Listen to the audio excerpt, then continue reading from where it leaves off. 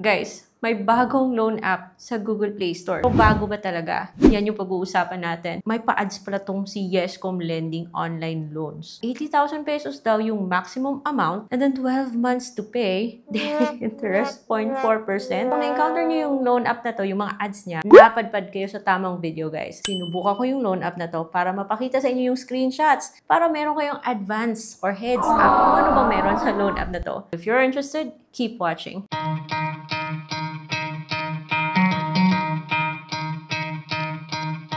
Welcome back to my vlog. It's Ate Red here, the original Utang Queen, and isa na namang loan app yung ni-review ko para sa inyo. Salamat nga pala sa nag-tag sa akin dun sa Facebook and sa mga nagbanggit. Sorry, ang dami kasing nag-request. Hindi ko na maalala kung sino-sino yung mga nag-comment. Na-decide ako na magsilip dito kay Yescom na lending platform na nasa Google Play Store at the moment. Bagong lahat, kung di pa kayo subscribe sa channel, subscribe na kayo dito, guys, dahil ako po yung nagtatry ng online loan apps para sa inyo, para hindi naman kayo magulat. At yan ang may video, saka kayo mag-decide kung okay ba yung loan app o hindi. Kasi yung pag-uutang, seryoso po yan, guys, ha? Bagong loan app, pero bago ba talaga? Hindi mo nang i-download at panoorin niyo yung mga screenshots ko, guys, kasi familiar siya. Madideja po kayo dito. Yung pangalan niya ay si Yescom na online loan platform. By the way, guys, this video is not sponsored. Hindi po ako binayaran ng loan app na to. Like I said kanina, dinownload ko, sinubukan.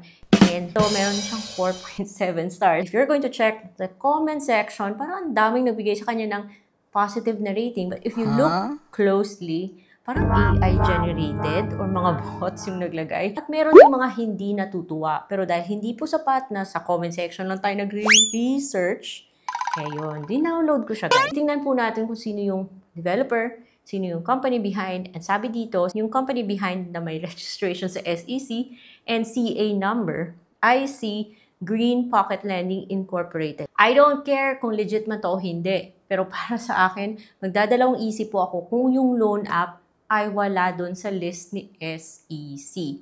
Sa screenshots niya na mukhang promising, sabi niya nagpapahiram daw siya ng 70,000 pesos in 120 days and 0.05. Maximum 70, kanina sa ad 80. Ha? Extremely fast approval. Tandaan nyo, sinabi niya yan, ha?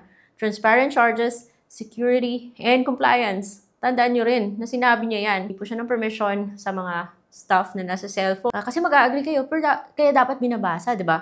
Yung social account information daw, maaari niyang i-collect, charot siya, to help verify the user's identity and contact the user, and to enable us to understand the user's preference and develop and push personalization services based on the user's Marites. Contactless information pa daw. Heads up, hingi po siya ng 5 contact references. Naka-state din doon na sisilipin niyo yung mga installed apps sa cellphone nyo.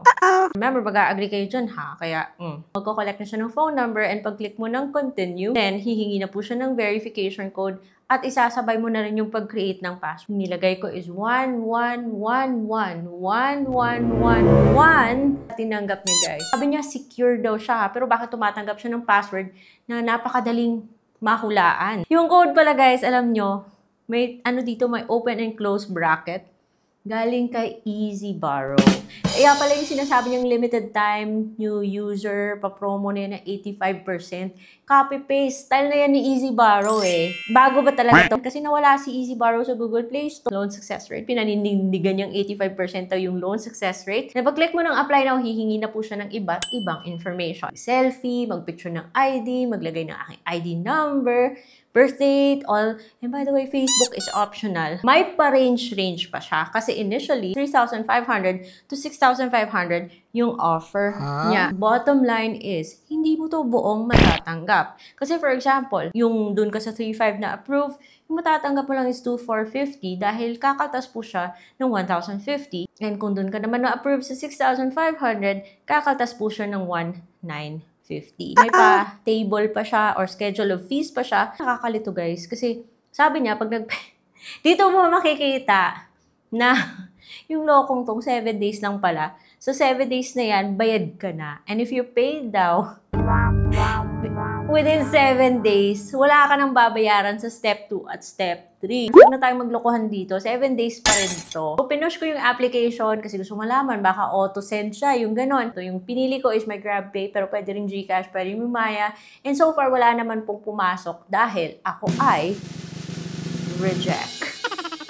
At buti na lang yung guys because at least nakita po natin na alaki pong kinaltas niya. At kung ako'y masusunod, X na po yung loan apps na to, no? Kasi, number one, hindi ko siya mahanap sa list of recorded online lending platforms sa website ni SEC. Malaki po yung kaltas niya. So, wag po tayo maniwala dun sa mga nagbigay sa kanya ng mataas na rating sa Google Play dahil mukha silang naka-template, mukha silang AI-generated, parang chat GPT yung drama nito. Kaya kung nakikitang red flag sa loan app na to, so at least nabigyan ko kayo ng heads up. Sana hindi nyo pa siya na ma-download, pero nasa inyo pa rin yan kung mag-proceed kayo. But please be informed na questionable yung pagpapanominate niya ng password kasi I don't feel secure. And sabi niya super fast approval daw. Hindi naman kasi inabot po ng 45 minutes bago ko malaman na reject ako. Pag-delete ako ng account, may pasabi pa siya dito na thanks for meeting us and seeing the world. After your account is deleted, if you still want to use Yescom lending services, you need to register again. So guys, alam nyo, copy-paste niya yung style ni Easy Borrow. Nag-iba lang siya slight ng kulay. So kung si Easy Borrow is blue, ito parang violet. Yung ganun, pero parang ganun pa rin.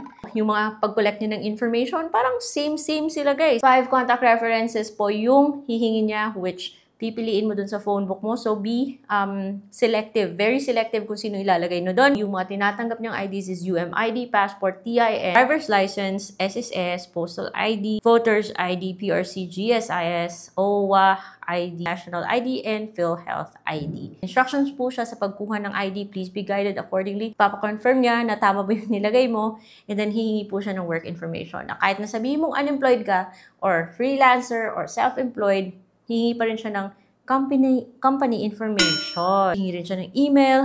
And doon sa next step, hingi siya ng withdrawal methods. So, e-wallet lang po. Buti na lang walang bank dito. But, reject is reject. Wala namang pumasok. Buti na nga lang na hindi ako na-approve dito, guys. Kasi, hindi naman maganda yung terms niya. At least obvious na kakaltas po siya ng malaki. And yung kinakaltas niya is like 1/3 of your loan. Kahit nasabihin niyang walang interest pero ang laki ng service fee niya. So that's more than 15% and that is not acceptable. So may sinasabi pa siyang 60 days. Huwag na tayo maglokohan dito, Yescom This is still 7 days as evidenced by your schedule of fees. So, for me, ayoko sa ganitong loan app. So, if you're looking for loan platforms that are better, much better than Yescom Lending, na yung alam mo na aalagaan po yung ating personal information and registered po yung mga online loan platforms na to, you can check this playlist. It's legit loan apps na playlist by Ate Red. Andun po yung mga loan apps na registered, nasubukan ko na, and naging okay yung experience ko sa mga loan app na to. Kahit na yung iba sa kanila, hindi po ako na-approve. So, feel free to check out that playlist. And I hope may mahanap kayong loan app na okay para sa needs nyo.